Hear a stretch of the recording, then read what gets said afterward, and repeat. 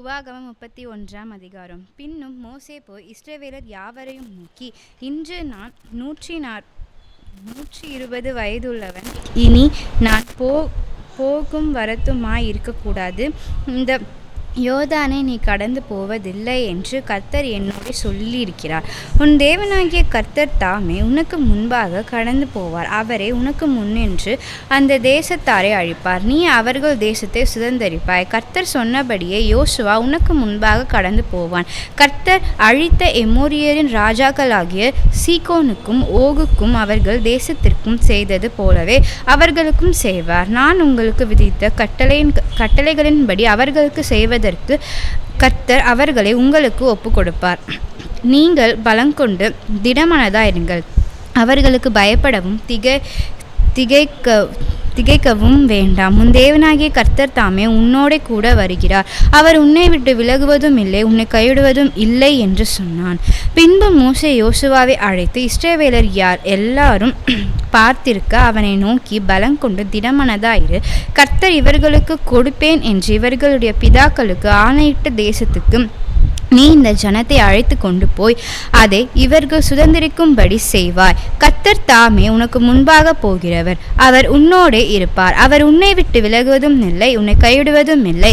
நீ பயப்படவும் கலங்கவும் வேண்டாம் என்றான். மோசே இந்த நியாய பிரமாணத்தை எழுதி அதை கர்த்தருடைய உடன்படிக்கை பெட்டியை சுமக்கிற லேவி புத்திரரான ஆசாரியருக்கும் இஸ்ரவேலருடைய மூப்பர் எல்லோருக்கும் ஒப்புவித்து அவர்களுக்கு கட்டளையிட்டது என்னவென்றால், விடுதலின் வருஷமாகிய ஒவ்வொரு 7ஆம் வருஷத்தின் முடிவிலே கூடார பண்டிகையில் உன் தேவனாகிய கர்த்தர் தெரிந்து கொள்ளும் ஸ்தானத்தில் இஸ்ரவேலர் எல்லாரும் அவருடைய சந்நிதியில் சேர்ந்து வந்திருக்கும் போது இந்த நியாய பிரமாணத்தை இஸ்ரவேலர் எல்லோரும் கேட்க அவர்களுக்கு முன்பாக வாசிக்க கடவாய். புருஷர்களும் ஸ்திரீகளும் பிள்ளைகளும் உன் வாசல்களில் இருக்கும் அந்நியர்களும் கேட்டு கற்றுக்கொண்டு உங்கள் தேவனாகிய கர்த்தருக்கு பயந்து இந்த நியாய பிரமாண இந்த நியாய பிரமாணத்தின் வார்த்தைகளின்படி எல்லாம் செய்ய கவனமாயிருக்கும்படிக்கும் அதை அறியாத அவர்கள் பிள்ளைகளும் கேட்டு, நீங்கள் யோர்தானை கடந்து சுதந்தரிக்கப் போகிற தேசத்தில் உயிரோடு இருக்கும் நாளெல்லாம் உங்கள் தேவனாகிய கர்த்தருக்கு பயப்பட கற்றுக்கொள்ளும்படிக்கும் ஜனத்தை கூட்டி அதை வாசிக்க வேண்டும் என்றான்.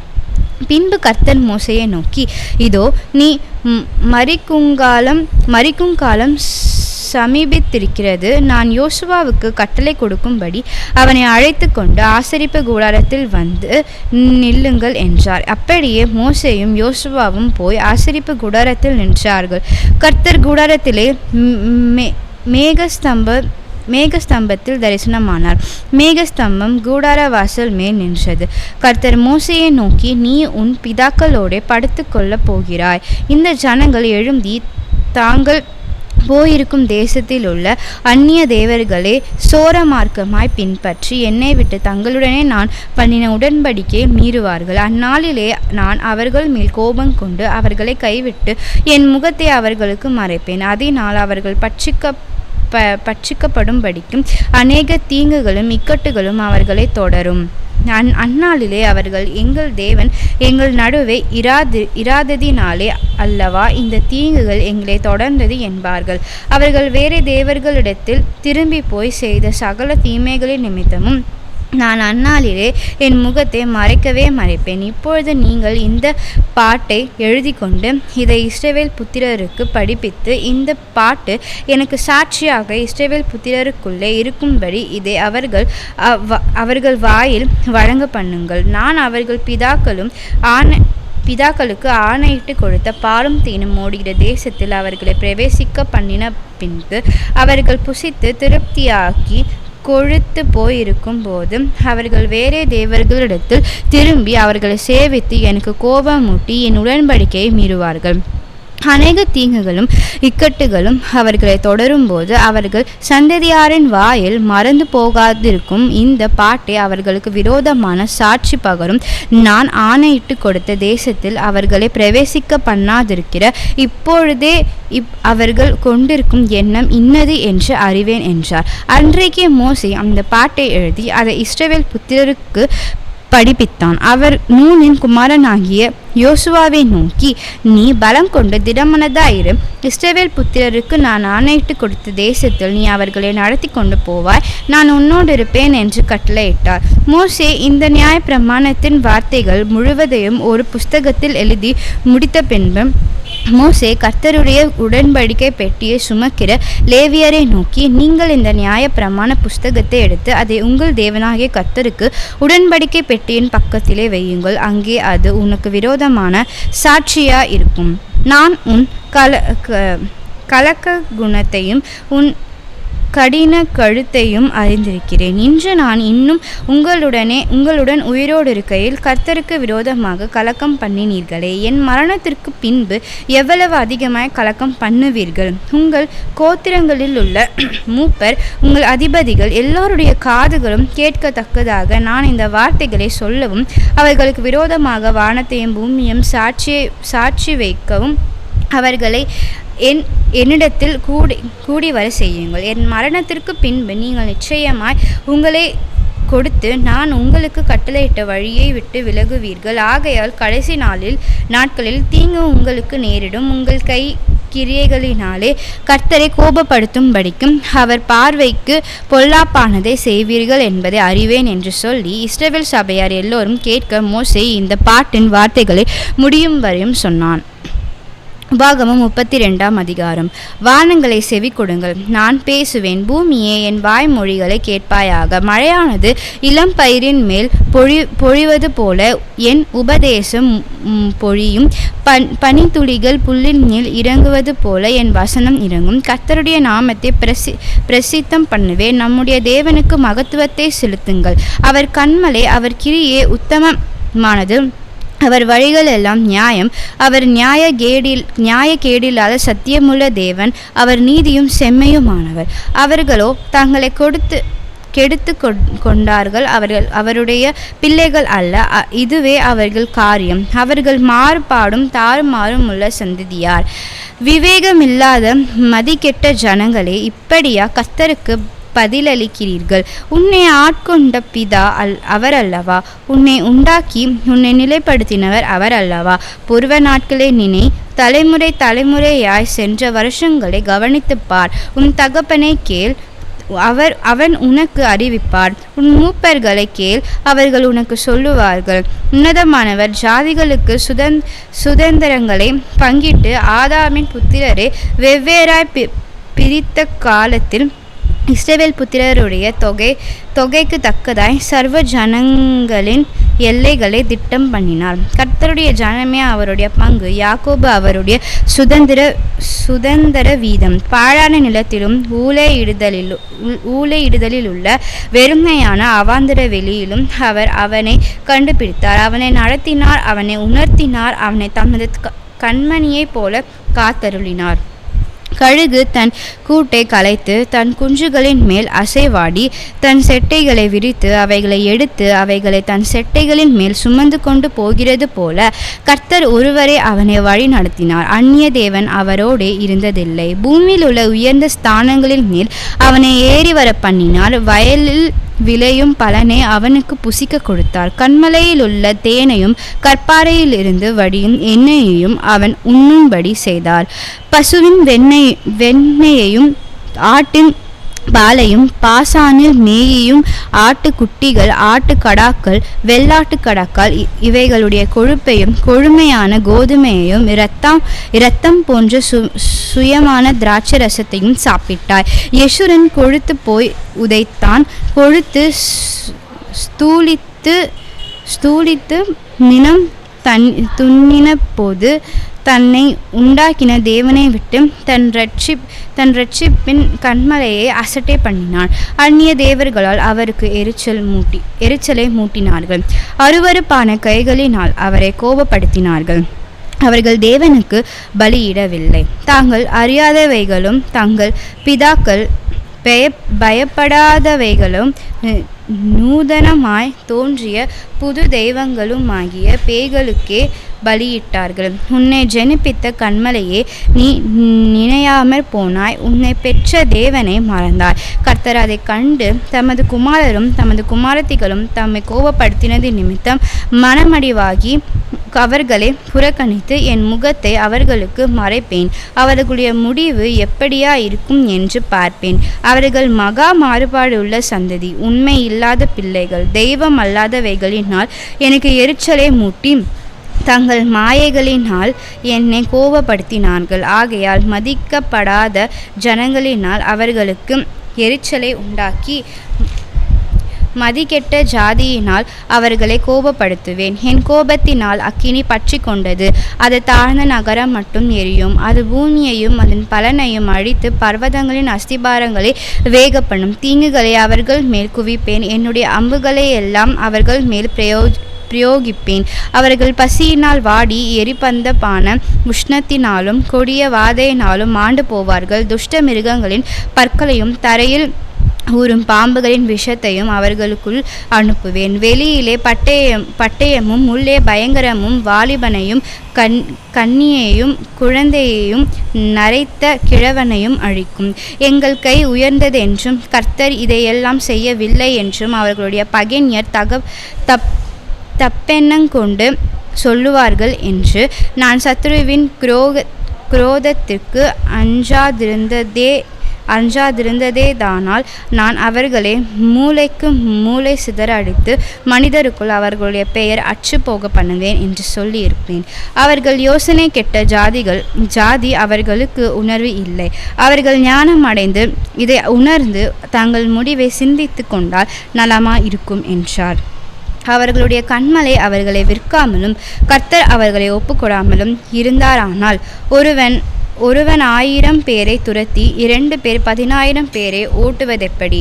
தங்கள் கன்மலை நம்முடைய கன்மலையைப் போல் அல்ல என்று நம்முடைய சத்துருக்களே தீர்மானிக்கிறார்கள். அவர்களுடைய திராட்சை செடி சோதோமிலும் கொமோரா நிலங்களிலும் பயிரான திராட்சை செடியிலும் தாழ்ந்த ஜாதியாயிருக்கிறது. அவைகளின் பழங்கள் பித்தும் அவைகளின் குலைகள் கசப்புமாயிருக்கிறது. அவர்களுடைய திராட்சரசம் வலு சர்ப்பங்களின் விஷமும் விரியன் பாம்புகளின் கொடிய விஷமுமானது. இது என்னிடத்தில் வைக்கப்பட்டு என் பொக்கிஷங்களில் இது முத்திரை போடப்பட்டிருக்கிறதில்லையோ? பழிவாங்குவதும் பதிலளிப்பதும் எனக்கு உரியது. ஏற்ற காலத்தில் அவர்களுடைய கால் தள்ளாடும். அவர்களுடைய ஆபத்து நாள் சமீபமாயிருக்கிறது. அவர்களுக்கு நேரிடும் காரியங்கள் தீவிரித்து வரும்.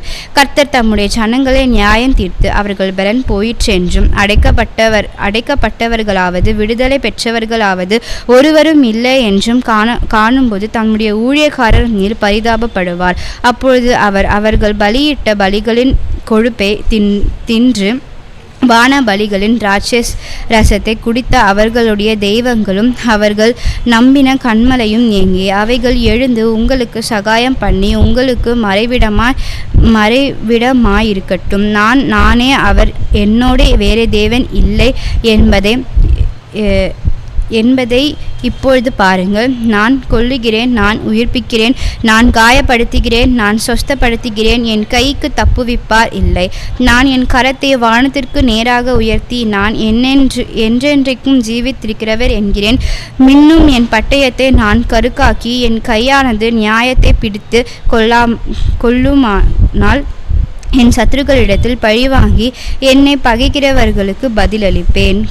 கொலையுண்டும் சிறைப்பட்டும் போனவர்களுடைய இரத்தத்தாலே என் அம்புகளை வெறிகொள்ள பண்ணுவேன். என் பட்டயம் தலைவர் முதற்கொண்டு சகல சத்துருக்களின் மாம்சத்தையும் பட்சிக்கும். ஜாதிகளே, அவருடைய ஜனங்களோட கூட களி கூறுங்கள். அவர் தமது ஊழியக்காரரின் இரத்தத்திற்கு பழிவாங்கி தம்முடைய சத்துருக்களுக்கு பதிலளித்து தமது தேசத்தின் மீதும் தமது ஜனங்களின் மேலும் கிருபையுள்ளவராவார். மோசேயும் நூனின் குமாரன் ஆகிய யோசுவாவும் வந்து இந்த பாட்டின் வார்த்தைகளை எல்லாம் ஜனங்கள் கேட்கத்தக்கதாக சொன்னார்கள். மோசே இந்த வார்த்தைகளை எல்லாம் இஸ்ரவேலர் யாவருக்கும் சொல்லி முடித்த பின்பு அவர்களை நோக்கி, இந்த நியாயப்பிரமாணம் வார்த்தைகளின்படியெல்லாம் உங்கள் பிள்ளைகள் செய்யும்படி கவனமாயிருக்க நீங்கள் அவர்களுக்கு கற்பிக்கும்படி நான் இன்று உங்களுக்கு சாட்சியாய் ஒப்புவிக்கிற வார்த்தைகளை எல்லாம் உங்கள் மனதிலே வையுங்கள். இது உங்களுக்கு உயர்த்தமான காரியம் அல்லவே? இது உங்கள் ஜீவனாயிருக்கிறது. நீங்கள் சுதந்தரித்துக் கொள்ளும்படி யோர்தானை கடந்து போய் சேரும் தேசத்தில் இதனால் உங்கள் நாட்களை நீடிக்க பண்ணுவீர்கள் என்றான். அந்த நாளிலே தானே கர்த்தர் மோசேயை நோக்கி, நீ எரிகோவுக்கு எதிரான மோவாப் தேசத்தில் உள்ள இந்த அபாரிம் என்னும் மலைகளில் இருக்கிற நேபோ பர்வதத்தில் ஏறி நான் இஸ்ரவேல் சந்ததியாருக்கு காணியாட்சியாக கொடுக்கும் கானான் தேசத்தை பார்.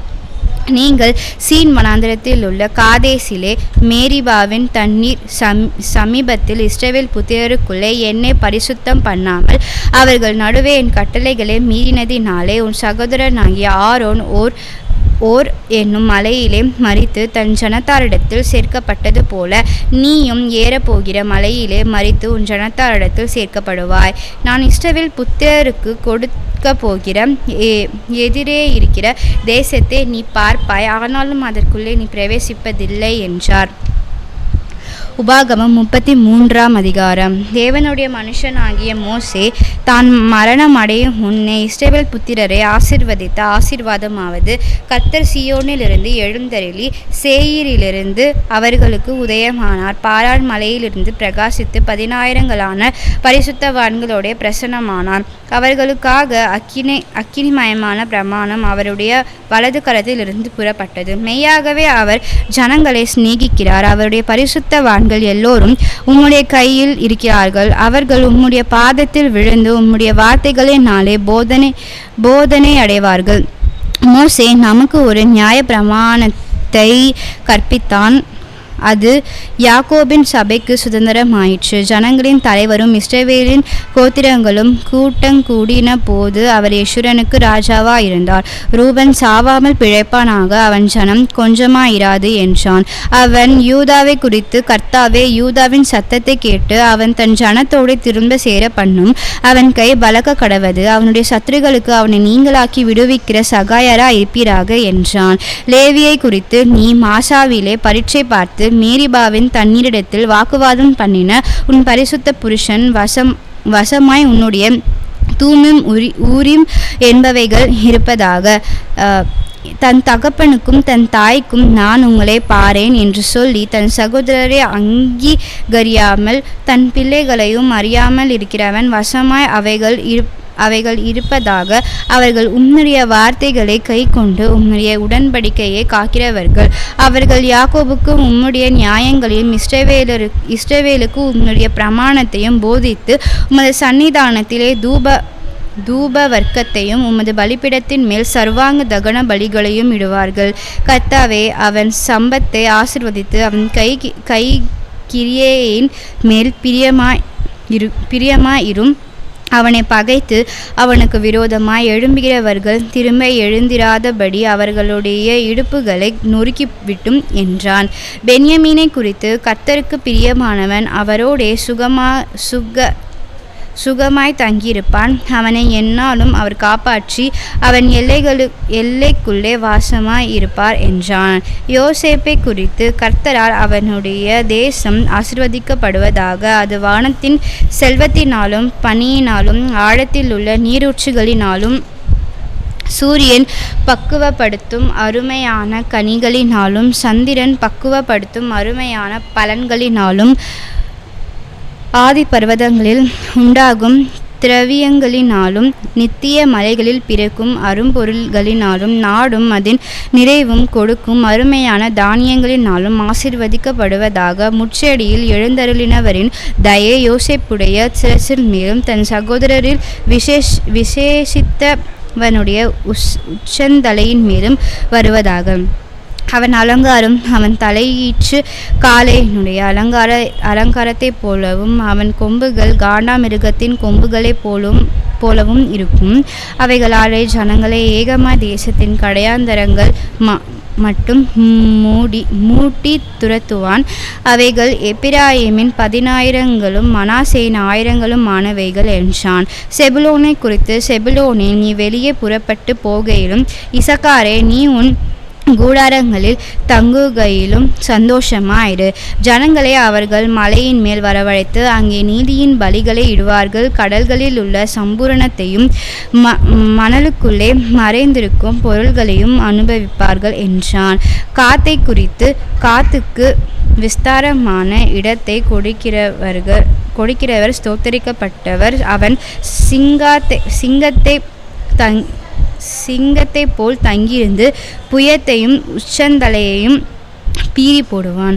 அவன் தனக்காக முதல் இடத்தை பார்த்து கொண்டான். அங்கே தனக்கு நியாய பிரமாணிகள் கொடுத்த பங்கு பத்திரமாயிருக்கிறது. ஆனாலும் அவன் ஜனத்தின் முன்னணியாய் வந்து மற்ற இஸ்ரவேலருடனே கர்த்தரின் நீதியையும் அவருடைய நியாயங்களையும் நடப்பிப்பான் என்றான். தானை குறித்து, தான் ஒரு பாலசிங்கம், அவன் பாசானிலிருந்து பாய்வான் என்றான். நப்தலியை குறித்து, நப்தலி கர்த்தருடைய தயவினாலே திருப்தி அடைந்து அவருடைய ஆசீர்வாதத்தினாலே நிறைந்திருப்பான். நீ மேற்றிசையையும் தென்திசையையும் சுதந்தரித்துக் கொள் என்றான். ஆசேரை குறித்து, ஆசேர் புத்திர பாக்கியமுடையவனாய் தன் சகோதரருக்கு பிரியமாயிருந்து தன் காலை எண்ணெயிலே தோய்ப்பான். இரும்பும் வெண்கலமும் உன் பாதரட்சையின் கீழ் இருக்கும். உன் நாட்களுக்கு தக்கதாய் உன் பலனும் இருக்கும் என்றான். எஸ்ரனுடைய தேவனை போல் ஒருவரும் இல்லை. அவர் உனக்கு சகாயமாய் வானங்களில் மேலும் உமது மாட்சிமையோடு ஆகாய மண்டலங்களின் மேலும் ஏறி வருகிறார்.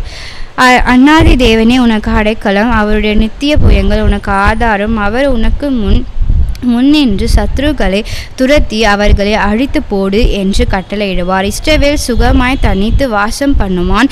யாக்கோபின் ஊற்றானது தானியமும் திராட்சரசமும் உள்ள தேசத்திலே இருக்கும். அவருடைய வானமும் பனியை பெய்யும். இஸ்ரவேலே, நீ பாக்கியவான், கர்த்தரால் ரட்சிக்கப்பட்ட ஜனமே. உனக்கு ஒப்பானவன் யார்? உனக்கு சகாயம் செய்யும் கேடகமும் உனக்கு மகிமை பொருந்திய பட்டயமும் அவரே. உன் சத்துருக்கள் உனக்கு இச்சகம் பேசி அடங்குவார்கள். அவர்கள் மேடுகளை மிதிப்பார் என்று சொன்னான். உபாகமம் 34ஆம் அதிகாரம். பின்பு மோசே மோவாபின் சமனான வெளிகளில் இருந்து எரிகோவுக்கு எதிரான நேபோ மலையில் இருக்கும் பிஸ்காவின் கொடிமுடியில் ஏறினான். அப்பொழுது கர்த்தர் அவனுக்கு தான் மட்டும் உள்ள கீலேயா தேசம் அனைத்தையும், நப்தலி தேசம் அனைத்தையும், எப்பிராயிம் மனாசே என்பவர்களின் தேசத்தையும், கடைசி சமுத்திரம் வரைக்கும் உள்ள யூதா தேசம் அனைத்தையும், தென்புறத்தையும், சோவார் வரைக்கும் உள்ள பேரீச்சை மரங்களின் பட்டணம் என்னும் ஊர் முதற்கொண்டு எரிகோவின் பள்ளத்தாக்காகிய சமனான பூமியையும் காண்பித்தார். அப்பொழுது கர்த்தர் அவனை நோக்கி, நான் உங்கள் சந்ததிக்கு கொடுப்பேன் என்று ஆபிரகாமுக்கும் ஈசாக்குக்கும் யாக்கோபுக்கும் ஆணையிட்ட தேசம் இதுதான். இதை உன் கண் காணும்படி செய்தேன். ஆனாலும் நீ அவ்விடத்திற்கு கடந்து போவதில்லை என்றார். அப்படியே கர்த்தரின் தாசனாகிய மோசே மோவாப் தேசமான அவ்விடத்திலே கர்த்தருடைய வார்த்தையின்படியே மரித்தான். அவர் அவனை மோவாப் தேசத்தில் உள்ள பெத்பேயோருக்கு எதிரான பள்ளத்தாக்கிலே அடக்கம் பண்ணினார். இந்நாள் வரைக்கும் ஒருவனும் அவன் பிரேக குழியை அறியான். மோசே மரிக்கிற போது 120 வயதாய் இருந்தான். அவன் கண் இருளடையவும் இல்லை, அவன் பலன் குறையவும் இல்லை. இஸ்ரவேல் புத்திரர் மோவாபின் சமனான வெளிகளில் மோசேக்காக 30 நாள் அழுது கொண்டிருந்தார்கள். மோசேக்காக அழுது துக்கங்கொண்டாடின நாட்கள் முடிந்தது. மோசே நூனின் குமாரனாகிய யோசுவாவின் மேல் தன் கைகளை வைத்தபடியினால் அவன் ஞானத்தின் ஆவியினால் நிறையப்பட்டான். இஸ்ரவேல் புத்திரர் அவனுக்கு கீழ்ப்படிந்து கர்த்தர் மோசேக்கு கட்டளையிட்டபடியே செய்தார்கள். மோசே எகிப்து தேசத்திலே பார்வோனுக்கும் அவனுடைய எல்லா ஊழியக்காரருக்கும் அவனுடைய தேசம் அனைத்திற்கும் செய்யும்படி கர்த்தர் அவனை அனுப்பி செய்யவித்த சகல அடையாளங்களையும் அற்புதங்களையும் அவன் இஸ்ரவேல் எல்லாருக்கும் பிரதியட்சமாய் செய்த சகல வல்லமையான கிரியைகளையும் மகா பயங்கரமான செய்கைகளையும் பார்த்ததால் கர்த்தரை முகமுகமாய் அறிந்த மோசேயை போல ஒரு தீர்க்கதரிசியும் இஸ்ரவேலில் அப்புறம் எழும்பினதில்லை என்று விளங்கும். யோசுவா 1 கர்த்தருடைய தாசனாகிய மோசே மரித்த பின்பு கர்த்தர் மோசேயின் ஊழியக்காரரான நூனின் குமாரன் யோசுவாவை நோக்கி, என் தாசனாகிய மோசே மரித்து போனான். இப்பொழுது நீயும் இந்த ஜனங்கள் எல்லோரும் எழுந்து இந்த யோர்தானை கடந்து இஸ்ரவேல் புத்திரருக்கு நான் கொடுக்கும் தேசத்துக்கு போங்கள். நான் மோசேக்கு சொன்னபடி உங்கள் காலடி மிதிக்கும் எவ்விடத்தையும் உங்களுக்கு கொடுப்பேன். வனாந்தரமும் இந்த லீபனோனும் தொடங்கி ஐப்ராத் நதியான பெரிய நதி மட்டும் உள்ள ஏத்தியரின் தேசம் அனைத்தும் சூரியன் அஸ்தமிக்கிற திசையான பெரிய சமுத்திரம் வரைக்கும் உங்கள் எல்லையாயிருக்கும். நீ உயிரோடு இருக்கும் நாளெல்லாம் ஒருவனும் உனக்கு முன்பாக எதிர்த்து நிற்பதில்லை. நான் மோசேயோடு இருந்தது போல உன்னோடும் இருப்பேன். நான் உன்னை விட்டு விலகுவதும் இல்லை, உன்னை கைவிடுவதும் இல்லை. பலங்கொண்டு திடமனதாயிரு. இந்த ஜனத்தின் பிதாக்களுக்கு நான் கொடுப்பேன் என்று ஆணையிட்ட தேசத்தை நீ இவர்களுக்கு பங்கிடுவாய். என் தாசனாகிய மோசே உனக்கு கற்பித்த நியாயப்பிரமாணத்தின்படியெல்லாம் செய்ய கவனமாயிருக்க மாத்திரம் மிகவும் பலங்கொண்டு திடமனதாயிரு. நீ போகும் இடமெல்லாம் புத்திமானாய் நடந்து கொள்ளும்படிக்கு அதை விட்டு வலது இடதுபுறம் விலகாதிருப்பாயாக. இந்த நியாய பிரமாணம் புஸ்தகம் உன் வாயை விட்டு பிரியாதிருப்பதாக. இதில் எழுதியிருக்கிறவைகளின்படியெல்லாம் நீ செய்ய கவனமாயிருக்கும்படி இரவும் பகலும் அதை தியானித்து கொண்டிருப்பாயாக. அப்பொழுது நீ உன் வழியை வாய்க்க பண்ணுவாய். அப்பொழுது புத்திமானாயும் நடந்து கொள்ளுவாய். நான் உனக்கு கட்டளையிடவில்லையா? பலங்கொண்டு திடமனதாயிரு, திகையாதே, கலங்காதே. நீ போகும் இடமெல்லாம் உன் தேவனாகிய கர்த்தர் உன்னோடு இருக்கிறார் என்றார். அப்பொழுது யோசுவா ஜனங்களின் அதிபதிகளை நோக்கி, நீங்கள் பாளையத்தை உருவ நடந்து போய் ஜனங்களை பார்த்து உங்களுக்கு போஜன பதார்த்தங்களை ஆயத்தம் பண்ணுங்கள். உங்கள் தேவனாகிய கர்த்தர் உங்களுக்கு சுதந்தரிக்க கொடுக்கும் தேசத்தை நீங்கள் சுதந்தரித்து கொள்ளும்படிக்கு இன்னும் 3 நாளைக்குள்ளே இந்த யோர்தானை கடந்து போவீர்கள் என்று சொன்னான். பின்பு மோசே ரூபனியரையும் காத்தியரையும் மனாசேயின் பாதி கோத்திரத்தாரையும் நோக்கி, கர்த்தருடைய தாசனாகிய மோசே உங்களுக்கு கற்பித்த வார்த்தையை நினைத்து கொள்ளுங்கள். உங்கள் தேவனாகிய கர்த்தர் உங்களை இளைப்பார பண்ணி இந்த தேசத்தை உங்களுக்கு கொடுத்தாரே. உங்கள் பெண் சாதிகளும் பிள்ளைகளும் மிருக ஜீவன்களும் மோசே உங்களுக்கு யோர்தானுக்கு இப்புறத்திலே கொடுத்த தேசத்தில் இருக்கட்டும்.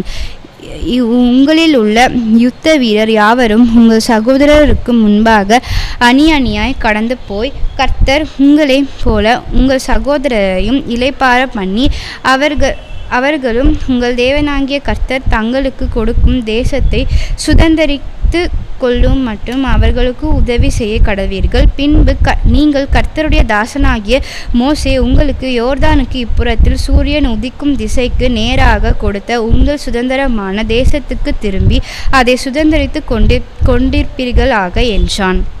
அப்பொழுது அவர்கள் யோசுவாவுக்கு பிரதியுத்தரமாக, நீர் எங்களுக்கு கட்டளையிடுகிறதை எல்லாம் செய்வோம். நீர் எங்களை அனுப்பும் இடமெங்கும் போவோம். நாங்கள் மோசேக்கு செவி கொடுத்ததும் போல உமக்கும் செவி கொடுப்போம். உம்முடைய தேவனாகிய கர்த்தர் மாத்திரம் மோசையோடு இருந்தது போல உம்மோடும் இருப்பாராக. நீர் எங்களுக்கு கட்டளையிடும் சகல காரியத்திலும் உம்முடைய சொல்லை கேளாமல் உம்முடைய வாக்குக்கு முரட்டாட்டம் பண்ணுகிற எவனும் கொலை செய்யப்பட கடவன். பலங்கொண்டு திடமனதாய் மாத்திரம் இரும் என்றார்கள். யோசுவா 2 நூனின் குமாரனாகிய யோசுவா சித்தீமிலிருந்து வேவுக்காரராகிய 2 மனுஷரை ரகசியமாய் வேவு பார்க்கும்படி அனுப்பி, நீங்கள் போய் தேசத்தையும் எரிகோவையும் பார்த்து வாருங்கள் என்றான். அவர்கள் போய் ராகாம் என்னும் பெயர் கொண்ட வேசியின் வீட்டுக்குள் பிரவேசித்து அங்கே தங்கினார்கள். தேசத்தை வேவு பார்க்கும்படி இஸ்ரவேல் புத்திரரில் சில மனுஷர் இந்த ராத்திரியிலே இங்கே வந்தார்கள் என்று எரிகோவின் ராஜாவுக்கு சொல்லப்பட்டது. அப்பொழுது எரிகோவின் ராஜா ராகா பண்டைக்கு ஆள் அனுப்பி, உன்னிடத்தில் வந்து உன் வீட்டுக்குள் பிரவேசித்த மனுஷரை வெளியே கொண்டு வா, அவர்கள் தேசத்தை எல்லாம் வேவு பார்க்கும்படி வந்தார்கள் என்று சொன்னான். அந்த ஸ்திரீ அவ்விரண்டு மனுஷரையும் கொண்டு போய் அவர்களை ஒளித்து வைத்து, மெய்தான் என்னிடத்தில் மனுஷர் வந்திருந்தார்கள், ஆனாலும் அவர்கள் எவ்விடத்தாரோ எனக்கு தெரியாது. வாசலை அடைக்கும் நேரத்தில் இருட்டு வேளையிலே இருட்டு வேளையிலே அந்த மனுஷர் புறப்பட்டு போய்விட்டார்கள். அவர்கள் எங்கே போனார்களோ எனக்கு தெரியாது. அவர்களை சீக்கிரமாய் போய் தேடுங்கள், நீங்கள் அவர்களை பிடித்து கொள்ளலாம் என்றாள். அவள் அவர்களை வீட்டின் மேல் ஏற பண்ணி வீட்டின் மேல் பரப்பப்பட்ட சணல் தட்டைகளுக்குள்ளே மறைத்து வைத்திருந்தாள். அந்த மனுஷர் யோர்தானுக்கு போகிற வழியில் துரைகள் மட்டும் அவர்களை தேட போனார்கள். அவர்களை தேடுகிறவர்கள் புறப்பட்ட உடனே வாசல் அடைக்கப்பட்டது. அந்த மனுஷர் படுத்து கொள்ளும் முன்னே அவள் வீட்டின் மேல் அவர்களிடத்திற்கு ஏறிப்போய், கர்த்தர் உங்களுக்கு தேசத்தை ஒப்பு கொடுத்தார் என்றும் உங்களை பற்றி எங்களுக்கு திகில் பிடித்திருக்கிறதென்றும் உங்களை குறித்து தேசத்துக்கு குடிகள் எல்லாரும் சோர்ந்து போனார்கள் என்றும் அறிவேன். நீங்கள் எகிப்திலிருந்து புறப்பட்ட போது கர்த்தர் உங்களுக்கு முன்பாக சிவந்த சமுத்திரத்தின் தண்ணீரை வற்றி போக பண்ணினதையும் நீங்கள் யோர்தானுக்கு அப்புறத்தில் சங்காரம் பண்ணின எமோரியரின் 2 ராஜாக்களாகிய சீகோனுக்கும் ஓகுக்கும் செய்ததையும் கேள்விப்பட்டபோது எங்கள் இருதயம் கரைந்து போயிற்று. உங்களாலே எல்லாருடைய தைரியமும் அற்று போயிற்று. உங்கள் தேவனாகிய கர்த்தரே உயர வானத்திலும் கீழே பூமியிலும் தேவனானவர். இப்போதும் நான் உங்களுக்கு தயவு செய்தபடியினால் நீங்களும் என் தகப்பன் குடும்பத்துக்கு தயவு செய்வோம் என்று கர்த்தர் பேரில் எனக்கு ஆணையிட்டு, நீங்கள் என் தகப்பனையும் என் தாயையும் என் சகோதரரையும் என் சகோதரிகளையும் அவர்களுக்கு உண்டான எல்லாவற்றையும் உயிரோடே வைத்து எங்கள் ஜீவனை சாவுக்கு தப்புவிக்கும்படி எனக்கு நிச்சயமான அடையாளத்தை கொடுக்க வேண்டும் என்றார். அப்பொழுது அந்த மனுஷர் அவளை நோக்கி, எங்கள் ஜீவனே உங்கள் ஜீவனுக்கு ஈடு. நீங்கள் எங்கள் காரியத்தை வெளிப்படுத்தாதிருந்தால் கர்த்தர் எங்களுக்கு தேசத்தை கொடுக்கும்போது நாங்கள் தயையும் சத்தியமும் பாராட்டுவோம் என்றார்கள். அப்பொழுது அவர்களை கயிற்றினால் ஜன்னல் வழியாய் இறக்கிவிட்டாள். அவள் வீடு அலங்கத்தின் மதிலில் இருந்தது. அலங்கத்திலே அவள் குடியிருந்தாள். அப்பொழுது அவள் அவர்களை நோக்கி, தேடுகிறவர்கள் உங்களை காணாதபடிக்கு நீங்கள் மலையிலே போய் அவர்கள் திரும்பி வரும் மட்டும் அங்கே 3 நாள் ஒளித்திருந்து பின்பு உங்கள் வழியே போங்கள் என்றாள். அப்பொழுது அந்த மனுஷர் அவளை நோக்கி, இதோ நாங்கள் தேசத்துக்குள் பிரவேசிக்கும் போது நீ இந்த சிவப்பு நூல் கயிற்றை எங்களை இறக்கிவிட்ட ஜன்னலிலே கட்டி உன் தகப்பனையும் உன் தாயையும் உன் சகோதரர்களையும் தகப்பன் குடும்பத்தார் அனைவரையும் உன்னிடத்தில் உன் வீட்டிலே சேர்த்துக்கொள். இல்லாவிட்டால் நீ எங்கள் கையில் வாங்கின ஆணைக்கு நீங்களாய் இருப்போம். எவனாகிலும் உன் வீட்டு வாசலில் இருந்து வெளியே புறப்பட்டால் அவனுடைய இரத்தப்பழி அவன் தலையின் மேல் இருக்கும். எங்கள் மேல் குற்றம் இல்லை. உன்னோட வீட்டில் இருக்கிற எவன் மேலாகிலும் கை போடப்பட்டதே யாகில் அவனுடைய இரத்தப்பழி எங்கள் தலையின் மேல் இருக்கும். நீ எங்கள் காரியத்தை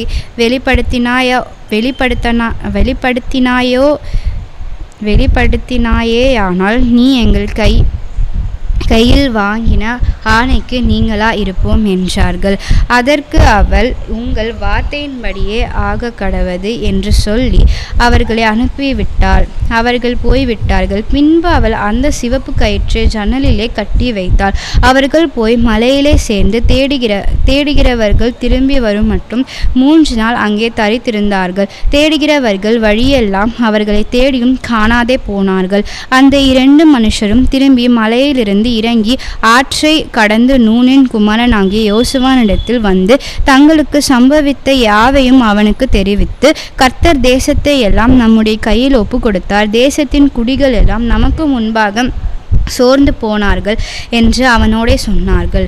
யோசுவா 3ஆம் அதிகாரம். அதிகாலமே யோசுவா எழுந்திருந்த பின்பு அவனும் இஸ்ரவேல் புத்திரர் அனைவரும் சீத்திமிலிருந்து பிரயாணம் பண்ணி யோர்தான் மட்டும் வந்து அதை கடந்து போகும் முன்னே அங்கே தங்கினார்கள். 3 நாள் சென்ற பின்பு அதிபதிகள் பாளையம் எங்கும் போய் ஜனங்களை நோக்கி, நீங்கள் உங்கள் தேவனாகிய கர்த்தருடைய உடன்படிக்கை பெட்டியையும் அதை சுமக்கிற லேவியராகிய ஆசாரியர்களையும் கண்டவுடனே நீங்களும் உங்கள் இடத்தை விட்டு பிரயாணப்பட்டு அதற்கு பின் செல்லுங்கள். உங்களுக்கும் அதற்கும் இடையிலே 2000 முழ தூரமான இடம் இருக்க வேண்டும். நீங்கள் நடக்க வேண்டிய வழியை அறியும்படிக்கு அதற்கு சமீபமாய் வராதிருப்பீர்களாக. இதற்கு முன்னே நீங்கள் ஒருபோதும் இந்த வழியாய் நடந்து போகவில்லை என்று சொல்லி கட்டளையிட்டார்கள். யோசுவா ஜனங்களை நோக்கி, உங்களை பரிசுத்தம் பண்ணி கொள்ளுங்கள், நாளைக்கு கர்த்தர் உங்கள் நடுவிலே அற்புதங்களை செய்வார் என்றான். பின்பு யோசுவா ஆசாரியர்களை நோக்கி, நீங்கள் உடன்படிக்கை பெட்டியை எடுத்துக்கொண்டு ஜனங்களுக்கு முன்னே நடந்து போங்கள் என்றான். அப்படியே உடன்படிக்கை பெட்டியை எடுத்துக்கொண்டு ஜனங்களுக்கு முன்னே போனார்கள். கர்த்தர் யோசுவாவை நோக்கி, நான் மோசேயோடு இருந்தது போல உன்னோடும் இருக்கிறேன் என்பதை இஸ்ரவேல் எல்லோரும் அறியும்படிக்கு இன்று அவர்கள் கண்களுக்கு முன்பாக உன்னை மேன்மைப்படுத்துவேன். உடன்படிக்கை பெட்டியை சுமக்கிற ஆசாரியரை பார்த்து, நீங்கள் யோர்தான் தண்ணீர் ஓரத்தில் சேரும்போது யோர்தானில் நில்லுங்கள் என்று நீ கட்டளையிடுவாயாக என்றார். யோசுவா இஸ்ரவேல் புத்திரரை நோக்கி, நீங்கள் இங்கே சேர்ந்து உங்கள் தேவனாகிய கர்த்தருடைய வார்த்தைகளை கேளுங்கள் என்றான். பின்பு யோசுவா, ஜீவனுள்ள தேவன் உங்கள் நடுவே இருக்கிறார் என்பதையும், அவர் கானானியரையும் ஏத்தியரையும் ஏவியரையும் பெரிசியரையும் கிர்காசியரையும் எமோரியரையும் எபுசியரையும் உங்களுக்கு முன்பாக துரத்தி விடுவார் என்பதையும் நீங்கள் அறிந்து கொள்வதற்கு அடையாளமாக, இதோ சர்வபூமிக்கு மாண்டவராயிருக்கிறவருடைய உடன்படிக்கை பெட்டி உங்களுக்கு முன்னே யோர்தானிலே போகிறது. இப்பொழுதும் இஸ்ரவேல் கோத்திரங்களில் 12 பேரை ஒவ்வொரு கோத்திரத்துக்கு ஒவ்வொருவராக பிரித்தெடுங்கள். சம்பவிப்பது என்னவென்றால், சர்வ பூமிக்கும் ஆண்டவராகிய கர்த்தரின் பெட்டியை சுமக்கிற ஆசாரியர்களின் உள்ளங்கால்கள் யோர்தானின் தண்ணீரிலே பட்ட மாத்திரத்திலே மேலே இருந்து ஓடி வருகிற யோர்தானின் தண்ணீர் ஓடாமல் ஒரு குவியலாக நிற்கும் என்றான். ஜனங்கள் யோர்தானை கடந்து போக தங்கள் கூடாரங்களில் இருந்து புறப்பட்டார்கள். ஆசாரியர்கள் உடன்படிக்கை பெட்டியை ஜனங்களுக்கு முன்னே சுமந்து கொண்டு போய் யோர்தான் மட்டும் வந்தார்கள். யோர்தான் அறுப்பு காலம் முழுவதும் கரை புரண்டு போம். பெட்டியை சுமக்கிற ஆசாரியர்களின் கால்கள் தண்ணீரின் ஓரத்தில் பட்டவுடனே மேலே இருந்து ஓடி வருகிற தண்ணீர் நின்று சார்தானுக்கடுத்த ஆதாம் ஊர் வரைக்கும் ஒரு குவியலாக குவிந்தது. உப்பு கடல் என்னும் சமனான வெளியின் கடலுக்கு ஓடி வருகிற தண்ணீர் பிரிந்து ஓடிற்று. அப்பொழுது ஜனங்கள் எரிகோவுக்கு எதிரே கடந்து போனார்கள். சகல ஜனங்களும் யோர்தானை கடந்து தீருமளவும் கர்த்தருடைய உடன்படிக்கை பெட்டியை சுமக்கிற ஆசாரியர்கள் யோர்தானின் நடுவிலே தண்ணீர் இல்லாத தரையில் கால் ஊன்றி நிற்கும் போது இஸ்ரவேலர் எல்லோரும் தண்ணீரற்ற உலர்ந்த தரை வழியாய் கடந்து போனார்கள். ஆமென்.